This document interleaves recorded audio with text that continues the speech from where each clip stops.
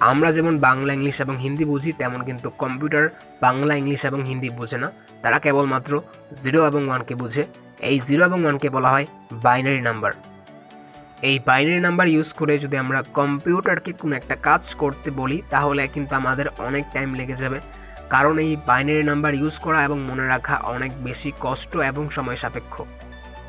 এজন্যে কম্পিউটার সায়েন্টিস্টরা তৈরি করেছেন কতগুলো ল্যাঙ্গুয়েজ, যেই ল্যাঙ্গুয়েজগুলো ইউজ করে আমরা কম টাইমে খুব সহজে কম্পিউটারকে বিভিন্ন ধরনের কাজ করার ইনস্ট্রাকশন দিতে পারি, এবং এই ল্যাঙ্গুয়েজগুলোকে বলা হয় প্রোগ্রামিং ল্যাঙ্গুয়েজ।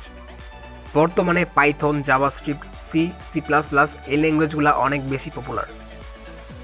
প্রোগ্রামিং কি যদি আমরা একটা সেন্টেন্সে বলতে চাই, তাহলে আমরা বলতে পারি কম্পিউটারকে কোনো একটা কাজের নির্দেশনা দেওয়াকে বলা হয় প্রোগ্রামিং, এবং যারা প্রোগ্রামিং করে তাদেরকে বলা হয় প্রোগ্রামার, কোডার এবং ডেভেলপার। প্রোগ্রামাররা কিছু স্পেশাল সফটওয়্যারের মাধ্যমে প্রোগ্রামিং করে থাকে, এবং এই সফটওয়্যারগুলোকে বলা হয় টেক্সট এডিটর বা আইডিই। আইডিই এর ফুল মিনিং হচ্ছে ইন্টিগ্রেটেড ডেভেলপমেন্ট এনভায়রনমেন্ট। বর্তমানে পৃথিবীর সবচেয়ে জনপ্রিয় টেক্সট এডিটর হচ্ছে মাইক্রোসফট কোম্পানির ভিএস স্টুডিও বা ভিজুয়াল স্টুডিও কোড।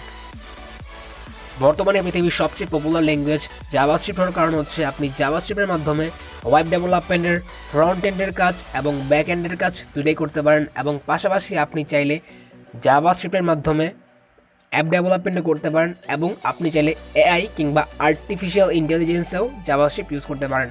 তো বন্ধুরা, আজ এই পর্যন্তই। দেখা হবে নেক্সট কোনো ভিডিওতে আরও ভালো কোনো টপিক নিয়ে। ততক্ষণ পর্যন্ত আপনি ভালো থাকবেন, কুল থাকবেন, এবং দেখা হচ্ছে নেক্সট ভিডিওতে।